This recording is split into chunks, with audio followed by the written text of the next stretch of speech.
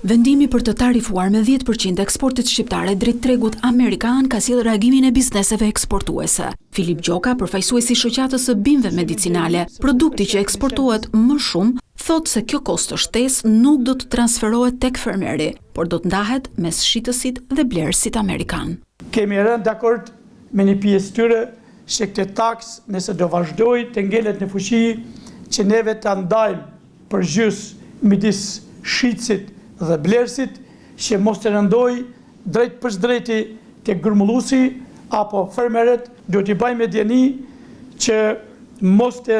thremen sepse janë në prag të sezonit të grumullimit fermerët dhe individet, cilët janë në për zona shumë thella malore, sepse dhe të pak njerëz të cilët kanë ngelur nga të fshatra, thonë dhe kjo punë maroj dhe pe lam dhe po ikun. Por kreu i shoqatës së bimëve medicinale ka një apel për qeverinë, e cila duhet të mbështesë këtë industri që sipas tij mban peshën më të madhe të eksporteve shqiptare. Kërkojmë nga qeveria që 10% i TVSH të shkojë drejt për drejt tek fermeri për t'ju ardhur në ndihmë,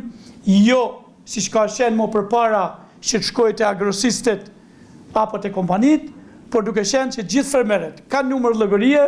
kundrejt asaj fature e cila do pritet nga kompanit. Mungesa e fuqisë punëtore, shpopullimi i fshatit, zhvlerësimi i dollarit janë disa nga sfidat që përballet ky sektor, ndërkohë tarifa 10% për eksportet drejt tregut amerikan rrezikon t'i bëjë produktet shqiptare më pak të kërkuara. Ndaj dhe pikpyetja e kësaj tarife është se kush do ta paguajë atë? Fermeri, grumbulluesi apo bizneset do të ulin fitimet e tyre?